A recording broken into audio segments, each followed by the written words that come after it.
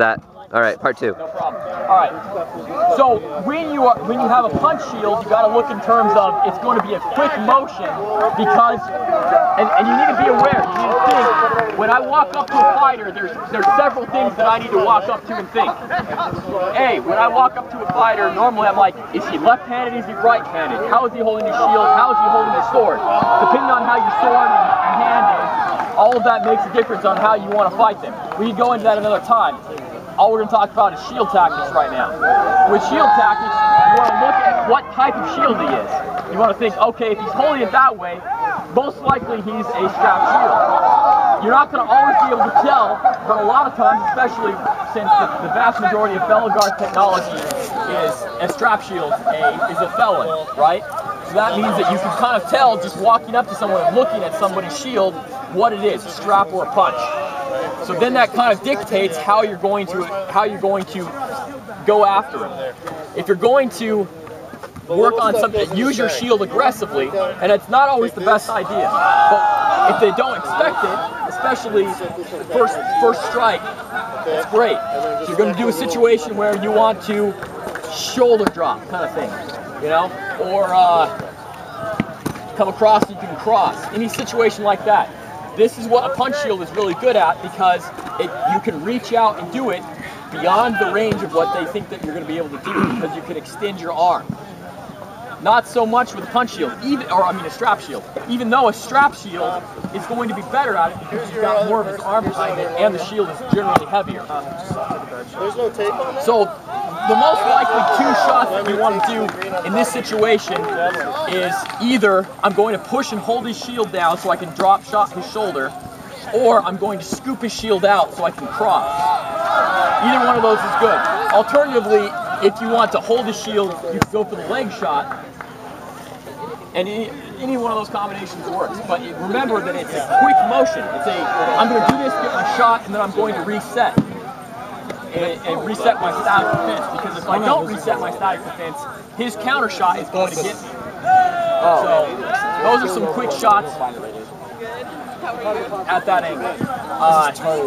One of the things that most Bell fighters, this is something that happens to a lot of Bell fighters and Amguard fighters included because of rules in Amguard. But Bell rules allow for this is when you have a situation where you leg a fighter. If I wanted to play the game, I could play the game in such a way that I'm going to run in and leg every fighter I come across and then fight them in this way. And I would win more. I'm just not necessarily interested in it. It doesn't work all the time. Once you've legged a fighter, in this situation in Bellegarde, you have every advantage. And a lot of Bellegarde fighters throw this advantage away. And it's pretty unfortunate because then once you've legged a fighter, because it's the easy shot, it's the shot that you easily get because they're protecting their shoulders, they're protecting their arm with a shield, you're newer, you don't know how to throw the wrap shot, you don't know how to throw a cross shot real well, you can't hit their arms as well. You hit their leg, it's easy. But now you sacrifice the advantage because you try and fight them from out here. And now they have the advantage. This leg has now become an unbreakable shield. He cannot be hit here and have it count as long as this leg is up. So he can shift his shield up higher and protect his shoulder better. And therefore, I mean, you've lost every advantage. You have to try and come in further to throw shots closer, and that's going to expose your legs in return. And so then you have a situation where both of you are gimped, and you lost every advantage of the first strike, of being able to hit his leg. Instead, what you need to do, and I'm going to show you from an angle, I'm going to show you how to do it both when you are same-armed and when you're cross-armed. So when you're same-armed, it's even more advantageous to do this. You're going to want to castle up yourself. And when I say castle up, what I mean is, if anyone's heard of an A-frame defense, A-frame is this, where you're holding your shield in such a way that and your sword, that if they protect, they look like an A. A-frame defense is a great static defense against most shots. If he throws a cross shot, I've already got it blocked. I don't have to move myself. If he throws a regular drop shot, I'm defended. So he has to get really kind of janky and either throw for my leg or throw some sort of wrap shot to get around this basic defense. And then all I have to do is nice, quick, short motions. Stuff that's not going to put me out of my defense or put me in such a situation that I'm overextended. That's what an A-frame defense is. So, anytime that I have a situation where I've legged him, I'm going to get into my A-frame defense. I'm going to hunker down and I'm going to watch my legs. The most important thing is my legs, because that's the most important, generally speaking, that's the most important thing to him. One of the things, there's certain levels of fighting, and in the top level of fighting we talk about predictable situations. There's 3 levels.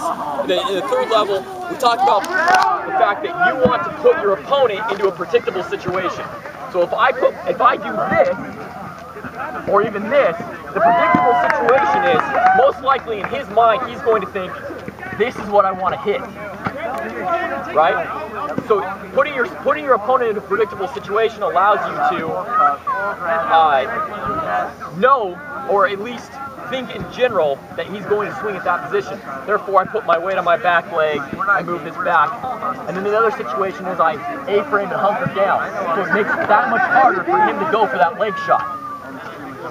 So that's where I start. Then, once I'm in that situation, then I start to move in. I do what I call the crab walk. It looks like a crab walk. Right? I'm going to crab walk in the guy, okay?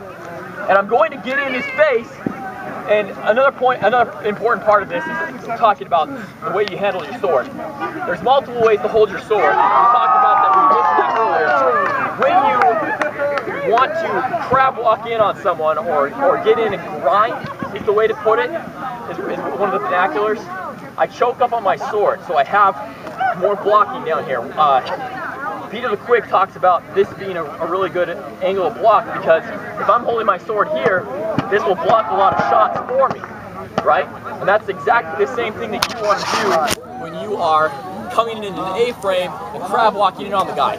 You want to be able to have as much static defense as possible to make it really hard for him to swing at you, and you need to shorten the length of your sword, because you're going to be doing strikes that are much closer.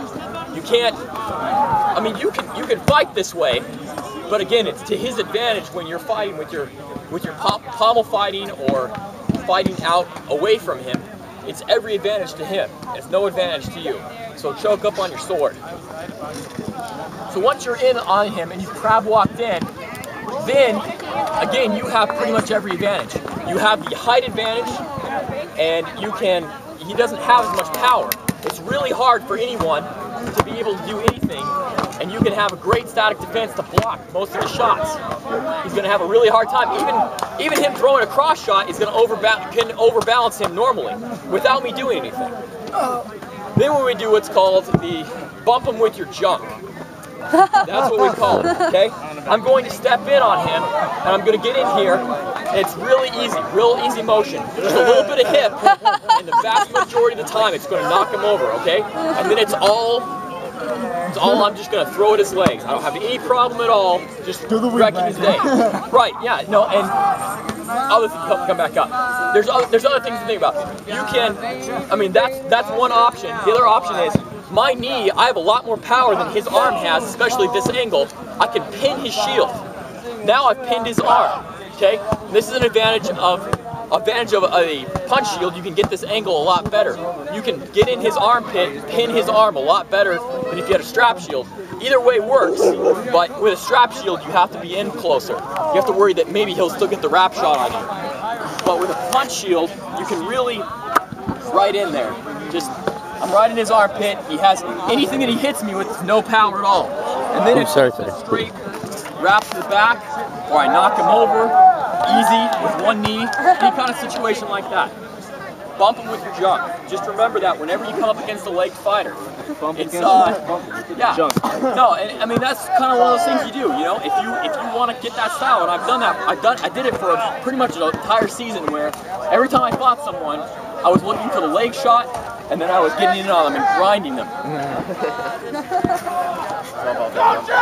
Yes, it works both ways. One of the things, if you're offhanded on the fighter you're fighting, whether they be left-handed or you're right-handed, it comes a little bit different. Go ahead, John. When you're offhanded on the person, you have to be a lot more careful coming in with your crab walk, because they can throw those regular shots and be on the same side as you. So one of the things you have to do is you have to, as I'm coming in, don't do this thing. Don't do this thing where you're circling. This is fucking useless. This is a waste of time. I'm wasting his time, I'm wasting my time, I'm wasting my teammates' time. Any kind of situation where you're fighting a battle where you have a team, you want to be killing as many people as you possibly can for your team. Yes, it might be for your own glory. Yes, it's fun, but it's also, you gotta think, what's victory? Victory is my team winning, regardless of whether or not I live through the battle. So in this situation, this is stupid. This is to his advantage. You have a legged opponent who is holding you down.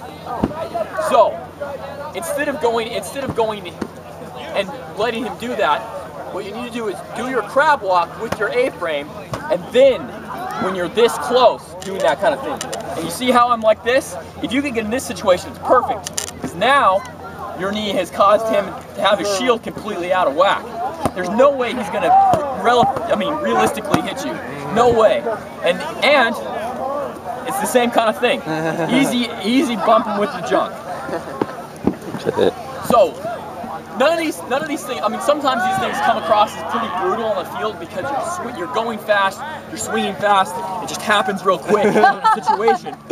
But it doesn't have to necessarily be brutal. You can make it so this is clinical is the word I want to use. I'm so used to doing this, I'm practiced enough, the guy's not going to have any problem necessarily, and I'm just going to walk into him basically. I'm going to crab walk into him, block his sword, block his swings, because it's predictable where his swings are going to be. If you walk in on someone like this, how low does he have to get to really be able to hit you? I mean, he pretty much has to swing at your ankle to hit you, and the vast majority of the time, no one's going to swing at your ankle. They're going to swing a mid-swing. They're going to swing what's natural to them, what's muscle memory to them. So anytime that you catch somebody in a situation where they are reacting, when they react, they're going to swing where muscle memory tells them to swing. And where muscle memory tells them to swing is not the 4 to 6 inches between where your sword is and where your ankle is. They're going to swing higher than that, you're going to block it, you're going to move in on them, and your muscle memory is going to tell you, I'm going to use my knees or my junk, and I'm going to knock them over, and I'm going to wreck them. It's getting too dark, I can't really see anything anymore. It's alright.